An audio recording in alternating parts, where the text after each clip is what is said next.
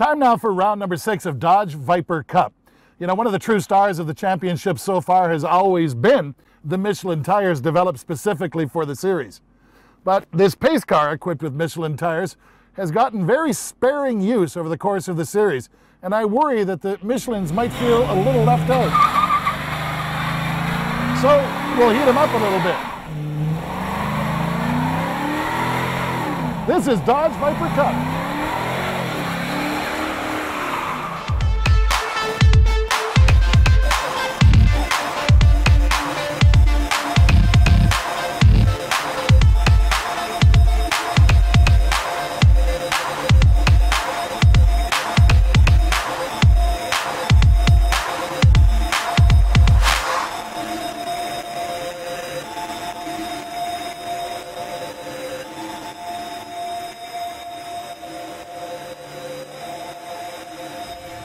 This was the kind of weather that greeted the drivers for the 6th round of the Dodge Viper Cup here in Pennsylvania. For qualifying, it didn't get a lot better. Started wet, started to dry out, but it was still damp. But it's time to go racing, and it's much better. Still overcast, but it is cool as well. Here's a look at the starting lineup. Ben Keating on pole. Round 5 winner, Keith Verges, after his first win in this series in the outside. Then Galerne and Schimsk. Then we go to row number 3, guest driver Bucky Lasek and Jim Stout. Row number 4, Michael Von Quilich and Connie Bogan. And then in the 5th row, it is NHRA Pro Stock star, Alan Johnson and Dave Mazik. And we are ready to go racing here once again. All you have to do is watch when those red lights go out. We are racing. Here's the look from Mazik at the back of the pack, and it is a great view of this awesome field. The lights are on. Watch for it. When they go out, we automatically go green. We're racing. Keating elected to take the outside for his pole position. And it looks, though, like Verges got a little bit better jump maybe from the standing start. And look at Galerne right now going, do I want him? Do I want to go to Keating? No, I'm going to go with Verges. And Verges does indeed have a nose in front. On a track this big, I don't care. I don't think it matters whether you choose the outside or the inside. It's all about the whole shot. Keith Verges got the whole shot, and he goes down into turn 1 first, and he'll be the first one down the straightaway. Keep in mind, standing start, this could be as slow as they're going to go through this second turn this whole entire race, and the tires don't quite have the heat in them that they need. This is going to be an interesting lap. Very, very interesting. You've got to be a little bit cautious, but you also, if you have an opportunity, want to do something with it. Schimsk looking at Galerne, well, thought about it, and then Galerne closes the door, but Galerne brakes, and Schimsk does look to the inside. Oh, he waited late, went late in the brakes. Galerne probably alongside he was, and they both get through. A lot of respect there for these two drivers. I think Eric Galerne just decided he wanted to fight another day. Showed a little bit of buy your leave there for Ryan Schimsk, but Ryan Schimsk gets the award for showing the most bravery down into that turn for the first time. Yeah, he obviously wants to get on with it here. Feeling very racy today, and one thing about Ryan Schimsk, he has been impressive this year. The only guy with more than 1 win, and he's had 5 podiums as well when you come up through round 5. And the fact is that both you and I both have pairs of pants that are older than this kid. You got to remember, he's just a youngster racing among relative veterans. He shows an awful lot of racecraft on those young shoulders, that's for sure. But look up front, Verges and Keating opening that up just a little bit. They're already clear by about 6-7 car lengths. Then Schimsk, then Galerne, then Stout. And then one of our guest drivers, Bucky Lasek, a skateboarder, multi-time gold medal winner at the X Games. One thing that's impressed us about him, I think, Tom, is the fact that, you know, they have a persona, ex-athletes, but when you've won gold medals and you've competed at that level with that success, you're a pro and you've got those chops. You know, he absolutely does, and he brings it to road racing in a scenario which nobody could have been expected to do well at this as early as he has. And as we look at his very interesting placement of his GoPro camera, Bucky Lasek has showed it very, very well until he had a bit of an incident in round number 5, and now he's doing it again, Greg. This is fascinating. Yeah, only a second start, and he is very racy in the early going. That is Stout right in front of him, Galerne in front of them, as they come winding through this very intricate, tricky infield section here at this tricky triangle. And look at Stout, sensed an opportunity, a quick move to the inside, going into the first of the S's, and Lasek thought about it, gave it a go and then said, nope, I've got to back out here, as Galerne was definitely going to shut the door. We hop on board with Galerne, the same angle of that camera, just on the other side of that big rear wing. This is that extremely important turn 8. You got to carry every bit of speed because it leads you onto this almost never-ending straight with that one long turn in the middle of it, and they got a great run. We'll see if he's able to do anything with it, but we'll have to wait until we come back here. Round 6, well underway. With so much racing going on in the world, you'd have to be a four-headed monster to keep up with it all. Luckily, we have that. Join Peter Keene, Bill Wood, Errol Tucker, and their guest driver analyst each week for an opinionated look at the news coming out of the racing world. Remember, it's GoRacingTV.com for all your racing and video needs.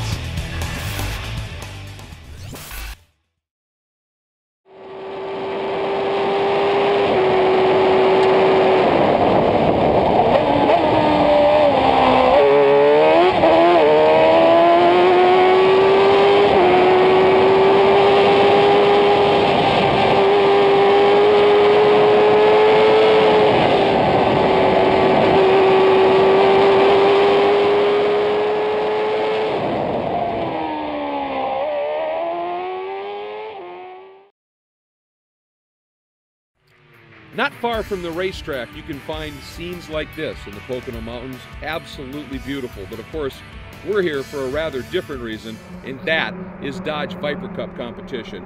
And a gentleman who's making his first racing experience here in these mountains in this type of racing is NHRA Pro Stock star Alan Johnson, currently second in Pro Stock points. And of course, he's used to racing in a straight line with an immense amount of horsepower, a drag chute to help get him slowed down. So what was it like for him to step out of that Dodge Avenger he campaigns with such success and step into a Dodge Viper and go head-to-head? Well, we had the chance to ask. Well, an NHRA Pro Stock is what I drive. We go about 210 to 12, 13 mile an hour in 6.5 seconds.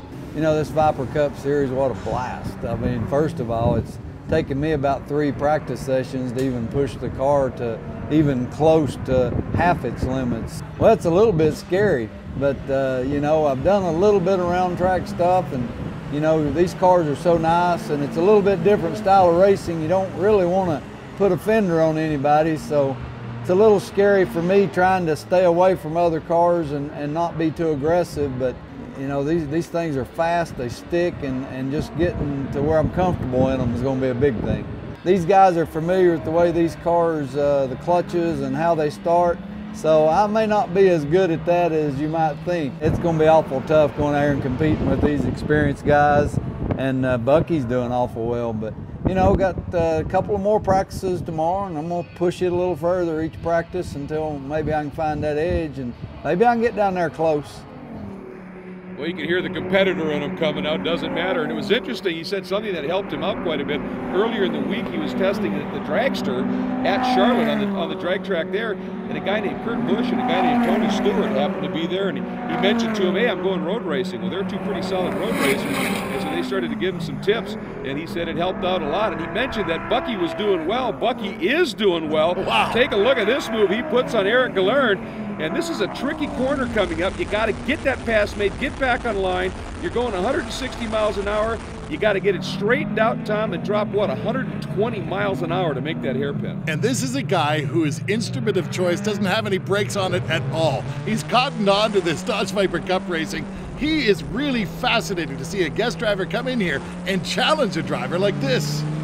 Basically, normally he nails a piece of wood to his feet and falls into a canyon.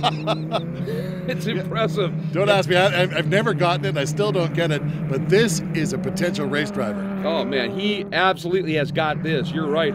He's got it figured out. And one of the big things, obviously, in driving a race car of any sort, certainly when you get into road racing with the changes of direction in the different corners, is weight transfer. That's something that a lot of guys struggle with, and Bucky just seems to have picked it up. Well, you know, I kind of think that that's one of the things that skateboarders do exceptionally well, is understand the weight transfer and the dynamics of their body weight over an instrument that is very, very fundamental. Well, he's got a very sophisticated race car, and right now he's charging one of the stars of the championship, Jim Stout.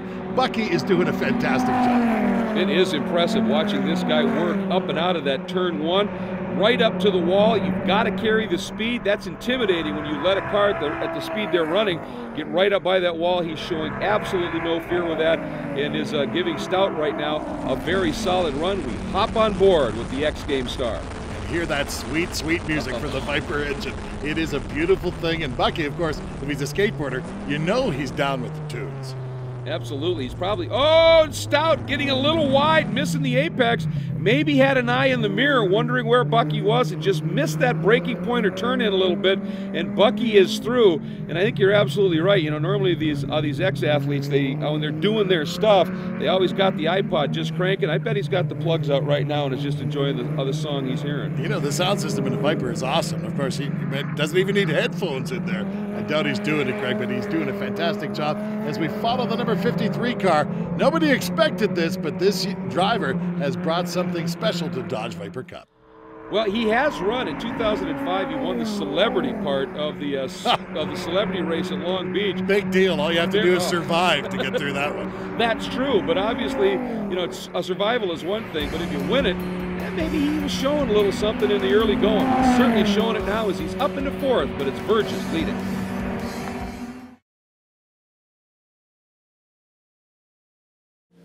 Hi there, I'm Tom Natchu, and this is Greg Kramer. We're called the old bastards of racing in many circles. You know, I guess we met back in the late 1980s. Easy. It had to be at least that far back. Glory day of some racing, too. Oh, absolutely. Trans Am was a part of the picture, and actually I learned to do pro announcing from this man around the Trans Am Championship.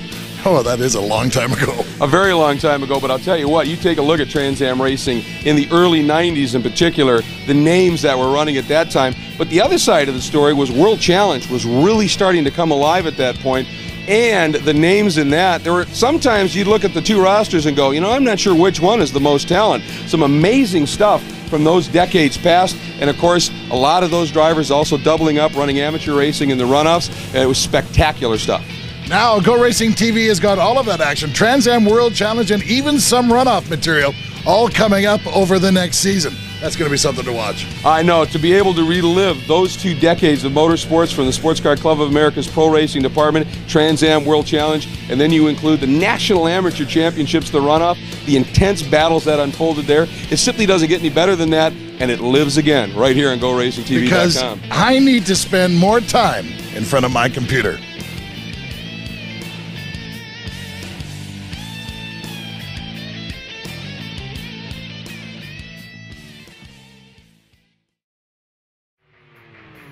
Welcome back, everybody. I'm Greg Kramer along with Tom Natchu, and we are bringing you the coverage of the 6th round of the Dodge Viper Cup Series. And the race has been spectacular. There is your race leader, Keith Verges. There's your pole sitter, Ben Keating. And these two have drawn away from the rest of the pack. They're settling this mano-a-mano. But, again, you see Keating just dropping that right side tire a little hot into that hairpin. And that is exactly what he can't do if he wants to be able to do something with Verges, who is ignited after getting his first career win in this championship in its inaugural year at the 5th round. And Verges, but he runs just a little wide there, misses that apex, drops the tire, and you can see him actually smoke it as he got in the gas, and they bang! And Keating somehow makes the save, but that was a pretty good jounce that they both got there. You know, I don't think that was intentional, but it ended up fender on fender racing, and that's the best thing about one-make racing. These Dodge Viper Cup cars are absolutely fantastic, and these guys, both road racing specialists, are figuring out how to use them in an environment that they won't see again and they've never seen before. Absolutely, and even with that little bobble by Keating, he was close enough that that little bit of lost momentum that Verges had has allowed Keating to draft by, and that all started by getting him close enough when they got up onto that banking coming out of turn 8, and he was able to just stay tucked in behind Tom, and that was a beautiful late braking. Not so much late braking, I guess, in that turn, just planting the foot and staying put. I would say stick with the manliness. The more manly guy is going to do better here. You know, the performance of these Dodge Viper Cup cars have been unbelievable. But look at the tires. Look at the stick that these guys are getting, not only up in the banking, but through this infield.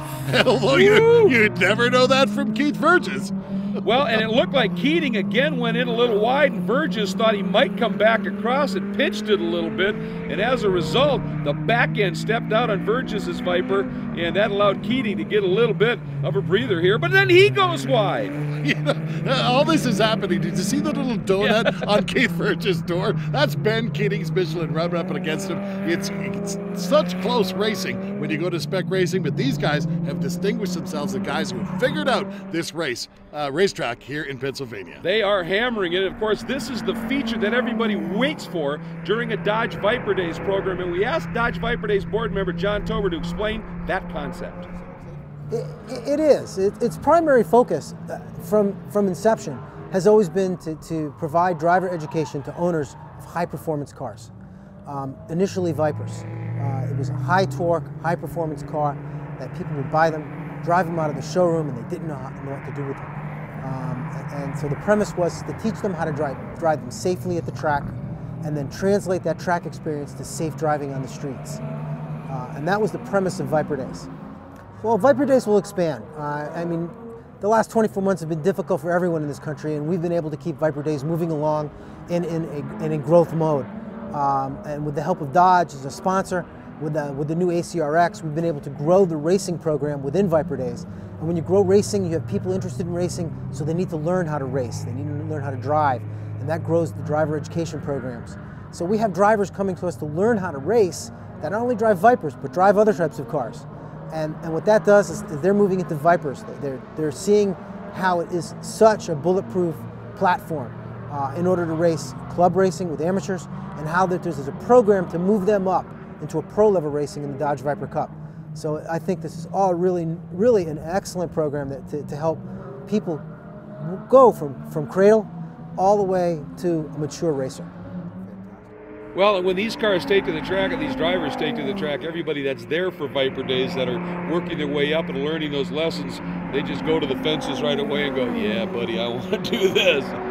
First thing you need is a Dodge Viper ACRX. Second thing you need is to climb your way through that ladder system that Dodge provides for you, and now you can be racing Dodge Viper Cup, and it doesn't get much better than this, Craig. Absolutely not. Or you can go through the skateboarding world and come in and do what Bucky Lasek is doing. He is very impressive, and oh, look at that move down underneath Stout. He got a great run, got to the inside of the tunnel turn, which means Stout now has a big decision to make. What does he do? Does he try and force it, or does he let Lasek through? Stout tries to force it, and Lasek doing a brilliant job of staying out of Stout's quarter panel, but still executing and getting the pass done. Bucky Lasek, boy, what an impressive young man this guy is here, particularly when you figure out this is only his second time racing these cars. Stout, you say he stayed off his quarter panel, but you could have squeezed a lemon between those two quarter panels, just stayed off of it. Both of them looking a little loose here as they're working the infield. And of course, the more guys run off their tires on the infield, the more dirt comes on here.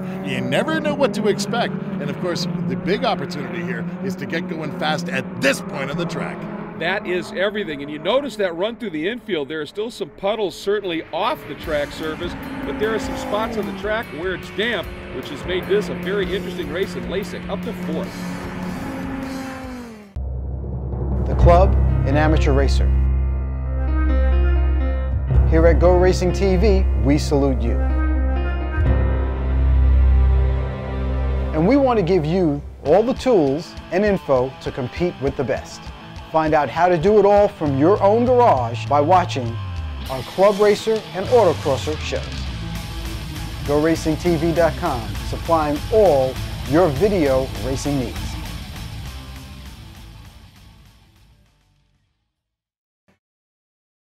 Our camera crew does a great job shooting race cars, but if you ever wondered, are they artists? I think it's been answered. That is phenomenal. Let's get back to the racing action here. And while we were away, a big moment here for Mike Von Quilich. Just got it wrong going into that very tricky hairpin. Actually grazed Jim Stout as he went by. Stout was able to continue, And it took a little bit here as Von Quilich had to dig himself up out of the ditch to get back onto the road. Now that's a creative slide. That is a very creative slide. But Tom, then while we were gone, Alan Johnson, 2 consecutive laps, struggled here as well. Yeah, Alan Johnson just not being able to get along with this thing. I mean, and you can understand it. You go from 160 miles an hour down to 40 dynamically. Everything changes. Well, you're coming through that fast corner. You got to get the car settled. You got to brake. You got to get down the gearbox. And this time he got it wrong to the point he realized, I'm not going to try and go dancing through that grass. That's very smart. Just continue on, make the turn, get back in line, and rejoin the other fray. But it really points out how tricky that complex is, and it's what leads up to the corner that's as difficult as that hairpin itself. Yeah, it's one of the great things about working both the infield course and this great set of tricky triangle corners here. It is a great place to race and a perfect place to showcase exactly what the Dodge Viper ACRX can do. It is a very great high-speed car, and when you dial it in properly, you know, it can work on the ovals. But as a road racer, there's very few that top it. Oh, absolutely. It is. It's adaptable, and that's the nice thing. It's got that that grunt, but you can see right there, look at the play in that suspension. The transition from the infield as we get the white flag, 1 lap to go, back onto the oval here, it is abrupt. And so it's been a real interesting exercise for the drivers and their crews to dial the setup here. And Bucky Lasek has reeled in Schimsk. This is for a podium spot, folks. What a drive by Bucky. You know, when you're catching Ryan Schimsk on your 3rd road race in your life, I mean, this is a guy with some latent talent.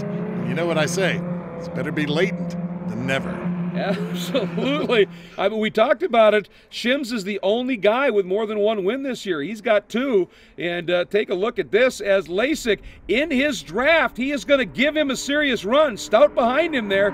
And Lasek now loses just a little bit of touch as they set up for this very, very fast, long turn 1. Schimsk able to pull it out just a little bit. But Lasek dropped down low, used that banking as a slingshot. Tom, he's all over the back of him. Now it's all about aero, and Bucky gives up on the aero. He's going to go side by side on this 3,000-foot straightaway. This is Dodge Viper Cup at its best. And they're into that very tricky tunnel turn. The hairpin awaits. And we know what that means here. Oh, look at Schimsk. He's going to come back down the inside. He's passed. And Lasek, oh, and over, under, and he executes. This guy's never raced before now. I don't believe it. I don't believe it anymore either. This has all been a big sham. Now look at the number 32 car.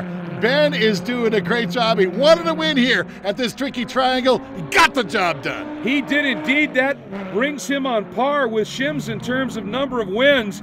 It'll be Verges already taking that checkered for 2nd, and here's this battle for 3rd. And Bucky Lasek, what a show he's put on. I'm sure Ryan Schimsk is going, where is this guy from? Mars? Unbelievable. Just a couple more turns through this infield road course, and unfortunately for Schimsk, he looks in his mirrors, and he's got nothing but purple as a resurgent Jim Stout on the march as well. But here we go, onto the straight, and Lasek has done it, a podium in only his 2nd Viper Cup race, and Schimsk barely hangs on to 4th as Stout took a serious run.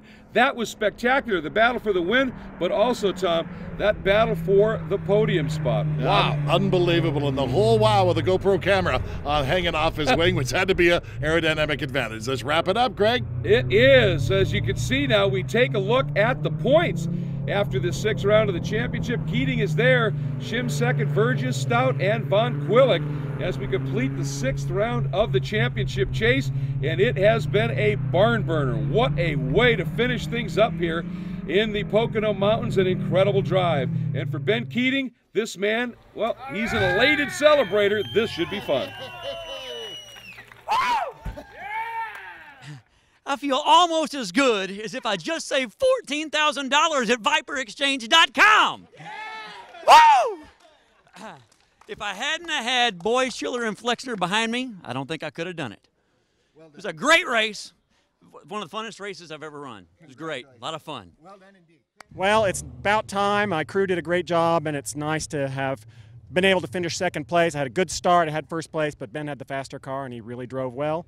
And it was a fun, close-fought race between the both of us. Congratulations. Yeah, I'm ecstatic right now. I was running third yesterday, and I kind of blew it, driver's mistake. So I was really looking forward to some redemption, and I got to thank Dodge for giving me the opportunity to come out here and race their Dodge Viper Cup in a car I've never driven before, and a very fast track.